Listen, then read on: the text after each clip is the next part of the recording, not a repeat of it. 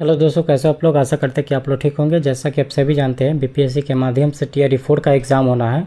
ऐसे में आप सभी लोग प्रैक्टिस सेट जरूर लगाएं ताकि आपका जो भी डाउट है वो क्लियर होता जाए और नए नए प्रश्न को आप लोग सीखें। चलिए शुरू करते हैं। बीपीएससी के माध्यम से लिया गया एक पीवाईक्यू क्वेश्चन है जो प्रथम क्षेत्रीय कार्यालय पीटी परीक्षा जो 24/9/2000 में हुआ था, द्वितीय पाली का ये प्रश्न है और इसमें पूछे गए सभी सामान्य अध्ययन के प्रश्न को हम लोग कवर करेंगे। पहला सवाल ये कह रहा है कि लोकसभा के सदस्यों के लिए कम से कम कितनी आयु सीमा निर्धारित है, तो 25 वर्ष। राज्यसभा के लिए सदस्यों का कार्यकाल कितने वर्ष है, तो 6 वर्ष। भारतीय लोकसभा में सदस्यों की संख्या कितनी है, तो 545। संसद की संयुक्त बैठक की कौन संबोधित करता है, तो भारत के राष्ट्रपति। संसद में वित्त विधेयक किसकी अनुमति से प्रस्तुत किया जाता है, तो राष्ट्रपति। ये सभी प्रश्न बीपीएससी ने अपने एग्ज़ाम में पीवाईक्यू के रूप में पूछ रखा है, तो आप सभी के लिए बहुत ही इंपॉर्टेंट क्लास बनता है कि आप लोग ज़रूर इस वीडियो को देखें ताकि आपको नया प्रश्न सीखने को मिले। केंद्रीय मंत्रिमंडल के किन परिस्थितियों में त्यागपत्र देना पड़ता है, तो बहुमत खोने पर। भारतीय अर्थव्यवस्था कैसी अर्थव्यवस्था है, तो मिश्रित है। सन 1996 तक भारत ने कितनी पंचवर्षीय योजनाएं पूरी की है, 8। भारत में जनसंख्या विस्फोट का मुख्य कारण क्या है, मृत्यु दर में तीव्र कमी।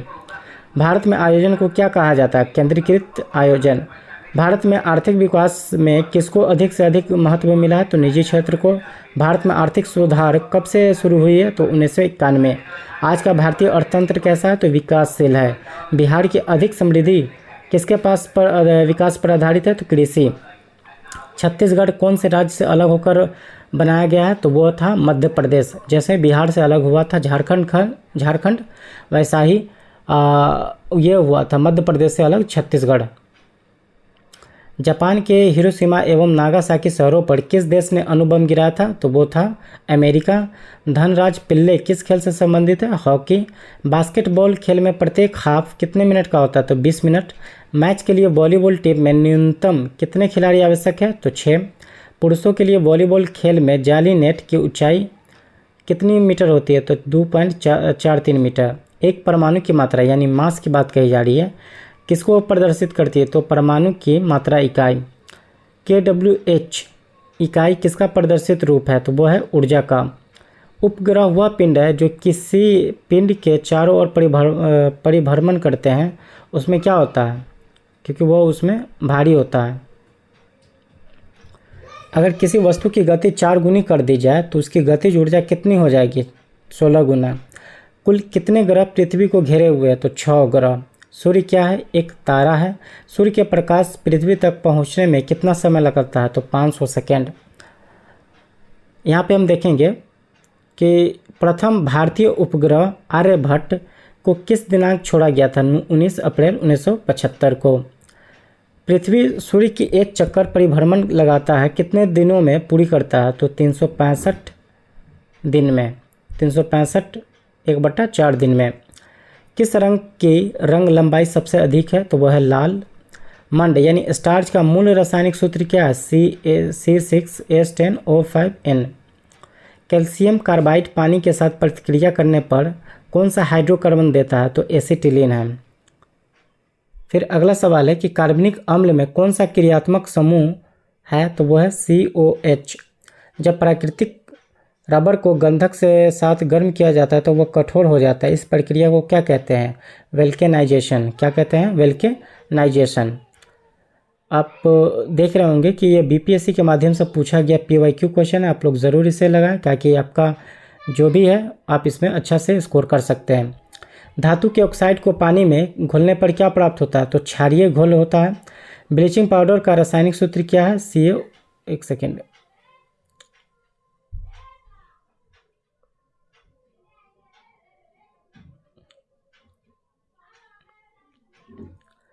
ब्लीचिंग पाउडर का रासायनिक सूत्र क्या है, CaOCl2।